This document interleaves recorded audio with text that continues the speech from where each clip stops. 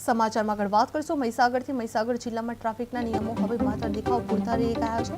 Lunawada cottage નજીક પસાર થતા હાઈવે પર આજે એક દ્રશ્ય જોવા મળ્યું કે મુસાફરો જીવના જોખમે લટકીને મુસાફરો કરતા હતા। જે ઇકો ગાડીમાં નિયમો કરતા વધુ મુસાફરો ભરાતા હોવા છતાં તંત્ર અને આરટીઓ તેની તરફ મીઠી નજર રાખતા હોવાનું સ્પષ્ટ થઈ રહ્યું હતું। જે આશ્ચર્ય તો એ છે કે આવા અનેક વાહનો સીધા સીસીટીવી કેમેરા સામેમાંથી પસાર થઈ રહ્યા છતાં કોઈ કાર્યવાહી થઈ નથી। જે મોટી ઘટના બાદ તે પહેલા ટ્રાફિક તંત્ર ખાનગી વાહનો સામે લાલ આંખ ક્યારે કરશે એ હવે પ્રશ્નો ઉભા થઈ રહ્યા છે। નાગરિકો પણ પૂછવા લાગી રહ્યા છે કે મહીસાગરમાં ટ્રાફિક નિયમોનું ઉલ્લંઘન થઈ રહ્યું છે। જે હાઈવે પર મુસાફરો જીવના જોખમે સફર કરી રહ્યા છે। જે ઇકો નિયમથી વધુ મુસાફરો ઝડપાયેલા જોવા મળી રહ્યા છે। જે સીસીટીવી સામે જ બેદરકારી ચાલુ રહી છે। જે તંત્ર આરટીઓ ક્યારે કડક પગલાં લેશે તે સ્થાનિકોમાં ચર્ચાનો વિષય બની ચૂક્યો છે। મહીસાગરમાં ટ્રાફિક નિયમોનું ખુલ્લેઆમ ઉલ્લંઘન થઈ રહ્યું છે। જે હાઈવે પર મુસાફરો જીવના જોખમે સફર કરી રહ્યા છે।